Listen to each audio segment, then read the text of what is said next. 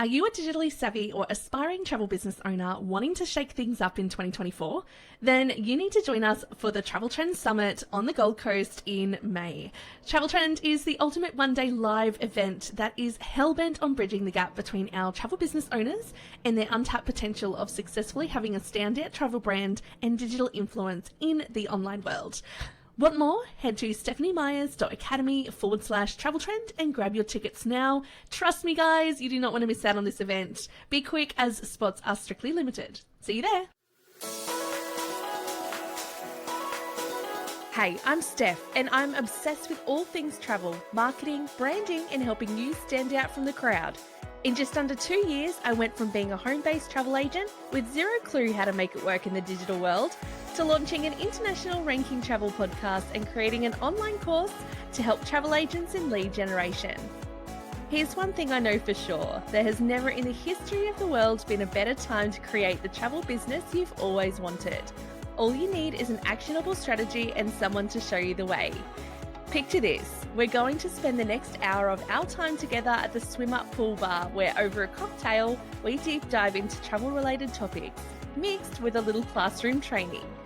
This show is dedicated to encouraging you to step outside of your comfort zone and into your travel business. I'll show you how I did it and how you can too. Hit subscribe now and let's get into it. If you're a travel agent wanting to stand out in the digital world but you struggle with consistency, tech isn't your jam and you have no idea where to start, join my free masterclass where I talk about exactly this. Head to stephaniemyers.academy/masterclass. You're listening to Unplug in Paradise, the podcast.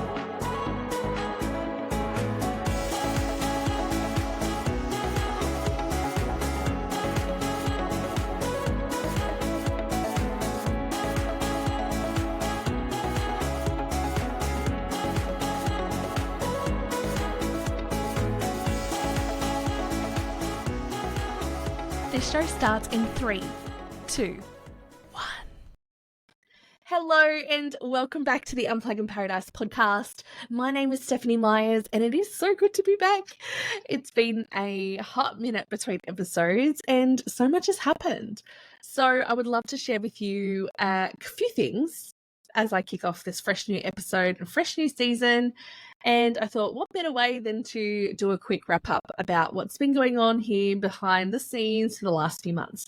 So firstly, thank you so much to everyone who helped me celebrate in winning the Mentor of the Year award at the Women in Travel in Sydney. It was such a whirlwind experience that I still feel like I haven't completely let it land for me yet, or don't really know exactly what it all means to me.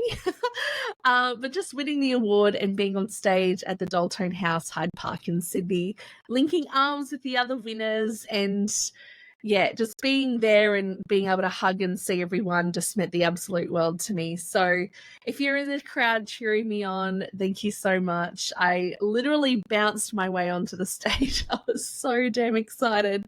But yeah, honestly, like not a soul knows this, but the strangest things start happening to you after a big, massive rush of adrenaline like that. Like for me, 1 minute, I just could not get the smile off my face. And the next minute, I was a blubbering mess, crying every single tear in this big, massive wave of emotion. And it's huge, right? Like the only thing I could think of was just, now everybody knows how hard I work. But truly, the only person who actually really knows how hard I work is my son, Billy. And that's because he's the only person that watches me. He's the only person that sees me day in, day out, doing all the things at home, all the things behind the scenes. And yeah, that in his eyes is just mum being his mum. And I am beyond proud to be able to bring home the gold to him, because I promised. Shouldn't really promise things like that, but I did. But yeah, it now runs in the family, considering he was very proud to bring home a gold award from school the week earlier. So now they proudly sit side by side each other here in the bookshelf in my office.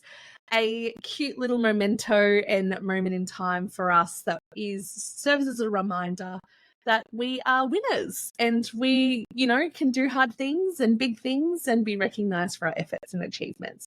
So again, if you're in Sydney on the night, to help me celebrate, or perhaps you're at the Women in Travel event, or we missed each other and maybe you're on board the Virgin Voyages Resilient Lady for the VIP event and pool party.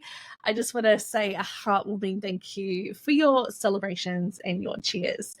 Now, another thing that is literally stop the press. This is definitely worth celebrating because this year's Travel Trend Summit pre-sale tickets have completely sold out and speakers have now been released for 2024. And oh my God, guys, I am ridiculously proud of this lineup of top level entrepreneurs because their combined skills they all have are just next level, right? So being able to work with these beautiful people who are eagerly working behind the scenes, prepping the best and most relatable content for you, it just makes Travel Trend Summit so much more special. But not only is Travel Trend Summit an experience where we are a complete non-selling zone, like meaning we do not sell to you on stage. We are not here to promote to you. We're not here to actively sell you anything, which in our industry is so damn refreshing because these speakers are here to genuinely help you.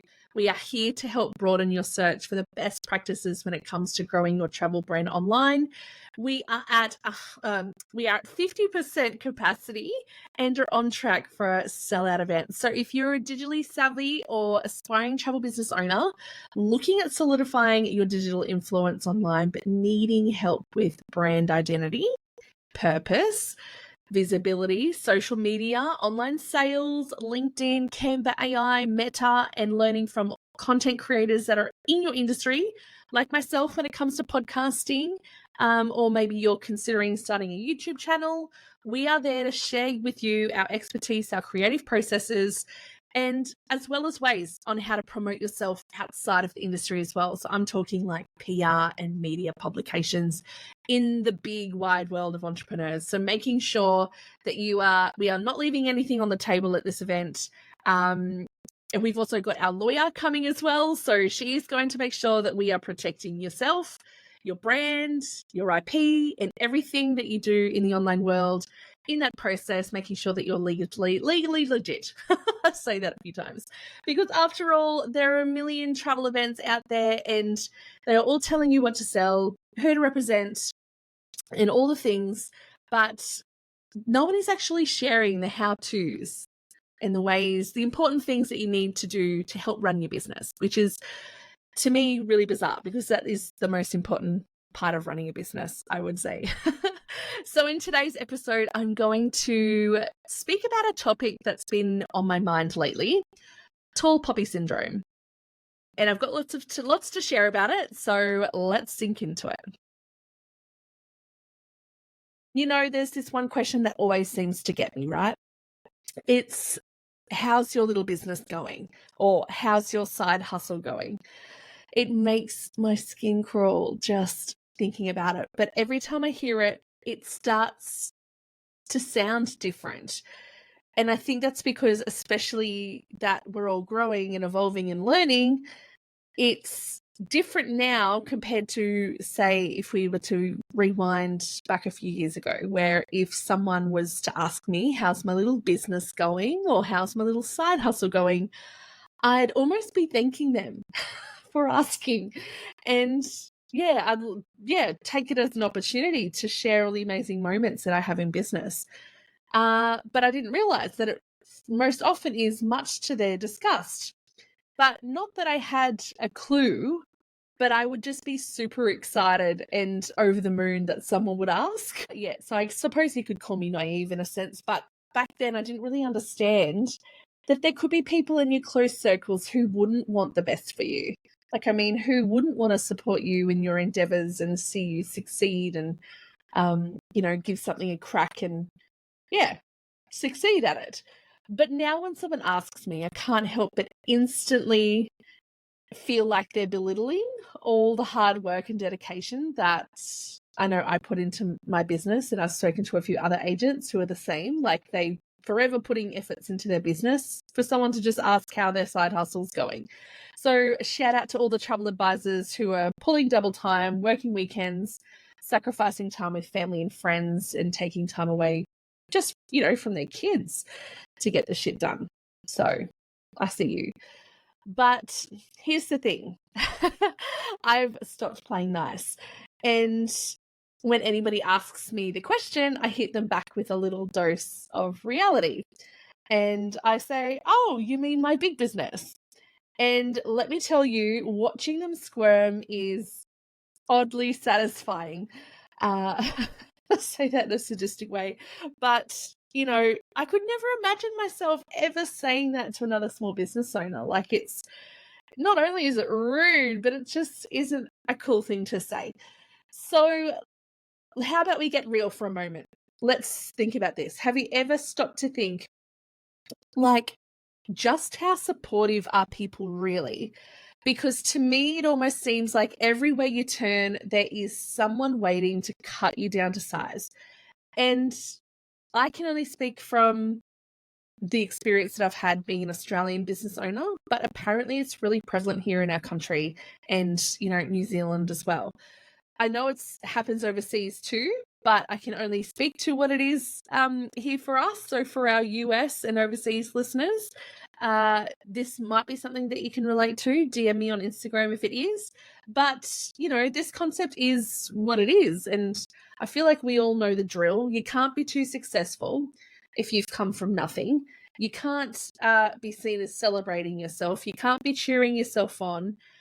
Because that just invites others to come and tear you right back down again. And what's even worse is that sometimes it's the people closest to you who are the most critical. People in your family, your extended family, in-laws, friends of yours, acquaintances you bump into while doing the grocery shopping, old school friends that you see on the beach, literally anyone who crosses paths with you that may be connected to you on social media also. These are the people who never interact, but silently observe. Too much, but not enough to pass judgment. So it's like they monitor you a little bit too much, but not enough to pass judgment. Or they do feel like they're a little bit more invested than what you imagine, but then feel like it's justified to deliver one of those really rude offhand remarks, or feel like they can have a dig at you to try and shake your confidence or something. And you know what? It really sucks, because in today's episode, we're going to talk more about the truth of tall poppy syndrome and arm ourselves with the knowledge. We need to navigate it like pros, because it is a really big topic. And I don't know if you can hear from just me speaking about it. It's very, very hard. It's a really hard one to deal with, because it's an invisible thing, and you don't want to ever feel like people are speaking badly about your efforts. So first up, let's talk about the hard truths behind building a business from scratch, especially in the cutthroat world of travel. It's not all glamorous holidays and Instagram worthy sunsets. We know this. We've been in the industry long enough that there are some common misconceptions here. And what we actually do as travel advisors, versus what our mum envisages us to be doing, or your sister thinks that you do, or your clients think that you do.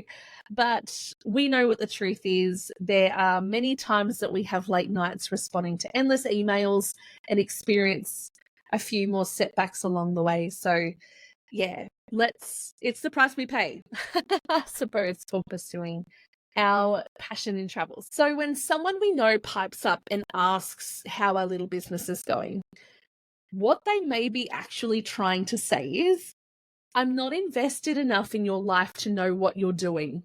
I don't want to exactly know how it's going, but if you tell me something positive, I'm going to most likely ask you a probing question, or a series of probing questions, which is likely going to make you feel like you're in a job interview rather than a coffee with a friend. And yes, we need to be mindful that most people in our circles not often know they're being rude, judgy, or intrusive.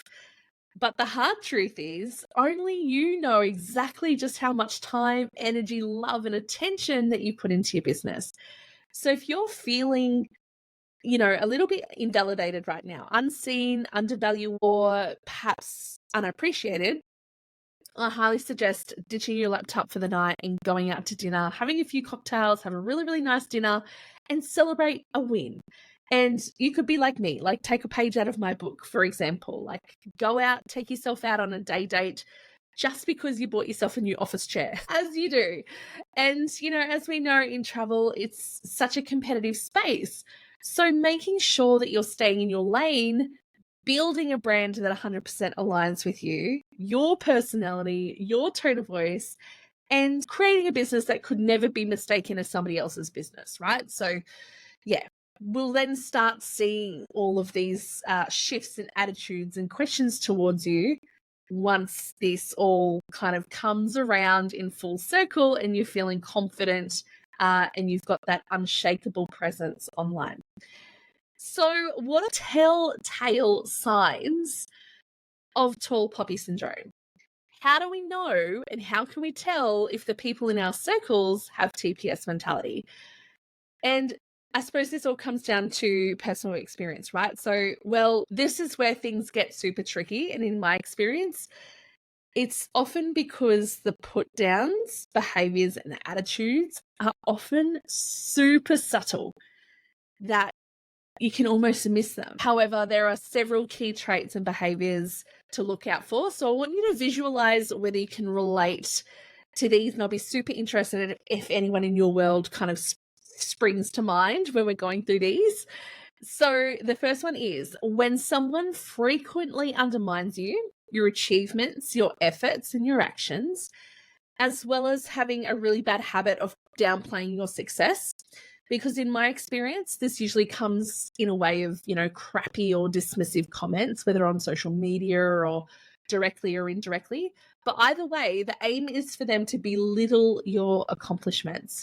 And an example of this could be you've received a text message from an extended family member. They want to book a cruise or a holiday and heard from relatives that you're apparently the best person to speak to, if they didn't know already, because you are related, that you're apparently the best person to chat to. So they insist on picking your brains.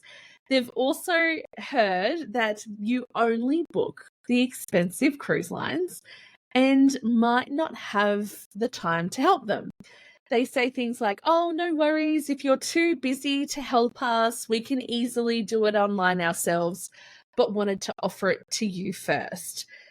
Not only do they do this in a way to be seen as, supporting you, but telling you right away that they don't value enough to wait for you to even get back to them. And you'll probably find that if you do get back to them, you'll find that they've most likely already booked it because they're impatient and they didn't want you to have the booking anyway. So even just saying this makes me have a shiver down my spine because, yeah, it segues into from frequent undermining into that constant lack of genuine support. And it depends on who it is. If it's a fellow person in the industry or if it's, a customer, you might feel like there's some sort of competitiveness in there as well. Now, we've all most likely experienced this at one time in our business. For me, it was actually my most recent experience of tall poppy syndrome. And it's when someone offers you superficial praise and you just being who you are and doing what you're doing. Just by doing that, you don't realize, but you're actually deeply upsetting them. So they never tend to celebrate your achievements or offer encouragement. But instead, they'll offer an explanation of why they can't work with you and provide unwarranted feedback. Because if hearing from them unexpectedly just wasn't enough, they'll soon feel obliged to deliver feedback that you didn't ask for, which often is completely insincere and laced with, ego and one-upmanship. So my meaning behind this is that they are most likely in some sort of unhealthy competition with you, or they might feel threatened by your success and will do almost anything to outdo you and or undermine you and your work, which honestly, it isn't fun because you more than deserve the praise and the love for all the incredible work that you do. So cheers to you. I see you. Lastly, the most common telltale sign in my experience is that when you receive negative criticism, which I don't know, for me, it doesn't normally happen like ever. But when it does happen, it's only ever comes through in the form of nitpicking. So nitpicking my work, nitpicking my processes, focusing on the way that focusing on the things that they deem to be flaws in my services. And again, offering that unwarranted feedback, which is quite condescending a lot of the time and totally not called for. But to be totally transparent about what that dynamic looks like, it's always come from those who have never worked with me. So these comments and feedback and judgments and all of that have always come from people who have never worked with me. So it's super interesting that people feel so called to willingly talk down your business and all of the hard efforts and almost straight to your face or via a DM or a phone call, however which way they feel game enough. But they almost feel like it almost feels like they expect a common courtesy in return, like they're doing some sort of kind public service or something by letting you know all their judging comments. Yeah, so it's like having someone say, I would sign up to Travel Agent Runway, which is our exclusive program to travel agents, if it wasn't that expensive. Because I just want to do it. I would just do it to just support you, but because it's that expensive, I won't. But really, you wouldn't want to work with someone who is only signing up to support you, right? Like you'd actually want to be there helping them achieve the transformation, right? Like that's what my mindset would be like. Why support somebody and give them money if you're not going to get anything out of it? So it's like having a client come up to you and say, I'd book with you, but your service fee is way out of my budget. Even if they know that it comes out of their total trip value, it's the idea of investing money with you and them actually having to commit to your service. And you maybe, just maybe, wowing the pants off them, which forces them to change their mind about you, which I'm assuming has never happened ever in the world of travel ever. And nobody ever changes their mind once they start, dumping all their TPS crap on you. And finally, let's tackle the age-old question, when to ignore TPS comments, laced comments, and when to clap back. Because let's face it, sometimes staying silent just isn't an option. And with this being said, it's absolutely essential to handle these situations with grace, professionalism, and a healthy dose of self-respect. So my biggest tip in and around this would be taking a step back and reading the room. And more importantly, but especially, reading between the lines. Like, what is this person trying to tell you? So this could look like, for example, if someone has out of the blue contacted you, has begun bagging out your business, writing off all of your services, has made it clear that they've spoken to past clients of yours who also feel like that your service is lacking, and they've made it really clear that they would consider supporting you if you weren't so expensive, but then proceed to tell you that they're doing really well for themselves and don't want to soak up your time in case someone else wanted to utilize your service instead, and good luck to you. Yeah. So I'm sure that in that statement, you could definitely sense that push and pull in that example. And my sense is that it has nothing to do with me as a person, rather just they wanted to express how well they were doing and needed some validation, which can happily go ignored, right? But you could also choose to stand your ground in that situation, stand by what it is that you do, your mission in your business. You're passionate about what it is that you do, your people. You're here to assist others and congratulate them on their success, because that's how you would want people to treat you. Because I can almost 100% guarantee that even if it feels like they're having a right go at you, and it could be a fellow small business owner, it's often a case of seeking that validation that they they actually want to be seen as successful as you are, and they might not be getting it in their everyday life. So doing this not only is a way to ensure your commitment to client satisfaction, regardless if you're a client or not, but a way of being truly transparent about the situation and laying it out all out there, that it gives the TPS behavior nowhere else to go, because you've diffused this conversation, which hopefully then leads to no more negativity or further criticisms of your business, which ultimately, though, there's no one-size-fits-all approach to dealing with negative feedback in the context of TPS. It's essential to weigh up the potential benefits and drawbacks of responding versus ignoring the feedback and choosing the course of action that aligns with your business goals and your values. And you know what? At the end of the day, if you're dealing with someone who's completely off the rails, you've got to look after your own well-being as well. And it's totally okay to ignore unwarranted feedback as well. Like, it's 100% effective every time. After all, I feel at the end of the day, we are not here to stoop to anyone else's level.